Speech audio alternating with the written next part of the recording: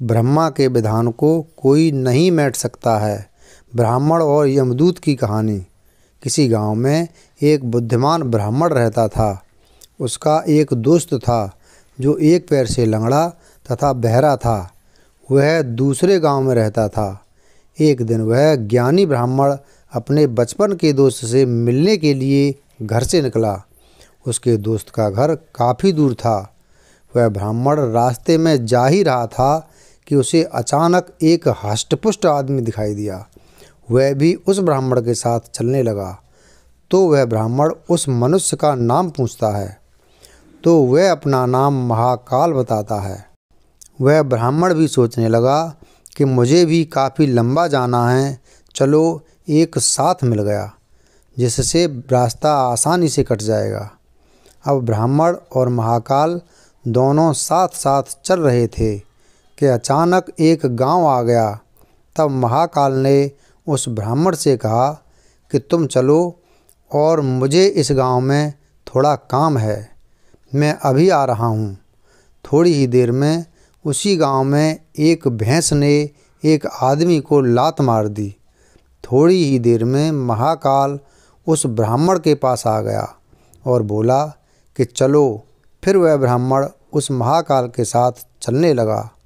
थोड़ी दूर जाने पर फिर एक गांव आया तो महाकाल उस ब्राह्मण से बोला कि मुझे इस गांव में थोड़ा काम है, मैं अभी आ रहा हूँ। थोड़ी ही देर में उस गांव में आग लग गई। वह ब्राह्मण सोचने लगा कि यह आदमी जहाँ जहाँ जाता है तो वहाँ पर कोई न कोई घटना जरूर घटती है। अतः उस ब्राह्मण ने महाकाल से पूछ ही लिया कि भाई तुम कौन हो। ब्राह्मण की बात सुनकर महाकाल बोला कि मैं यमदूत हूँ, मनुष्यों के प्राण हरण करना मेरा काम है। उसके बाद ब्राह्मण ने महाकाल से पूछा कि तुम यमदूत हो तो ये बताओ कि अगली मृत्यु किसकी होने वाली है।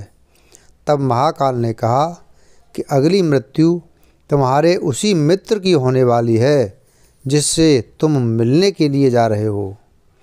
वह ब्राह्मण सोचने लगा, यदि ऐसी बात है तो मैं अपने मित्र से मिलने नहीं जाऊंगा।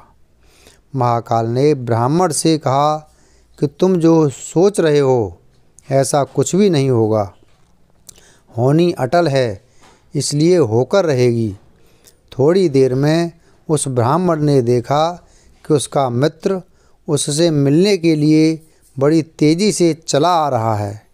जैसे ही उसका मित्र उस ब्राह्मण के पास पहुंचता है, हृदयाघात होने के कारण उसकी मृत्यु हो जाती है। इससे उस ब्राह्मण को बड़ा पछतावा होता है।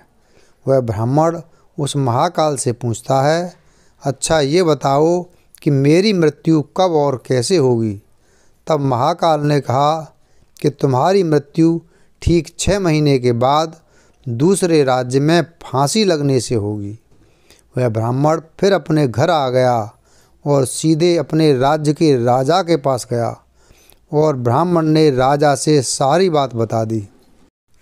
तब राजा ने राज्यसभा में यह प्रश्न सबके सामने रखा।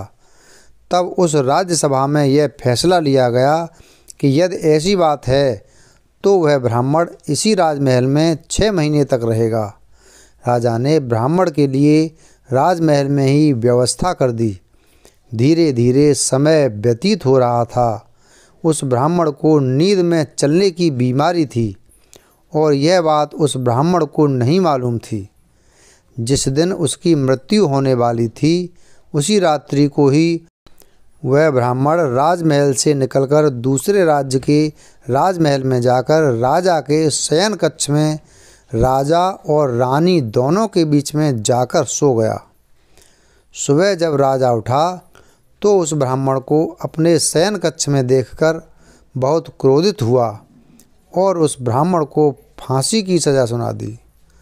तब वह ब्राह्मण ने उस राजा को सारी कहानी सुना डाली, जिसको सुनकर वह राजा अपना एक गुप्तचर अपने पड़ोसी राज्य के राजा के पास भेजकर सारी जानकारी ले ली।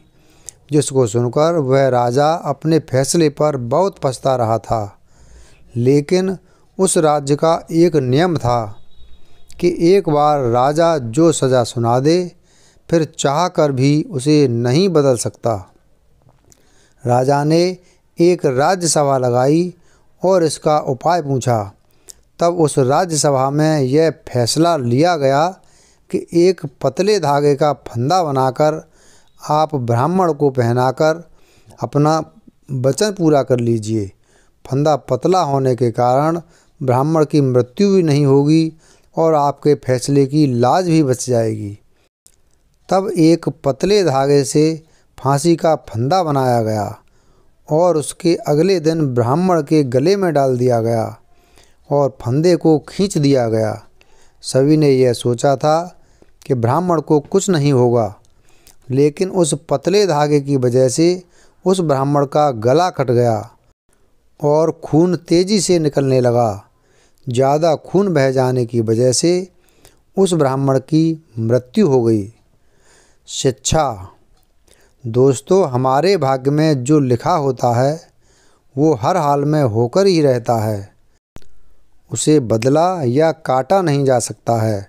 उस ब्राह्मण ने अपने बचने के कितने उपाय किए, लेकिन मृत्यु के आने पर कोई उपाय काम ना आया तथा उसकी मृत्यु हो ही गई।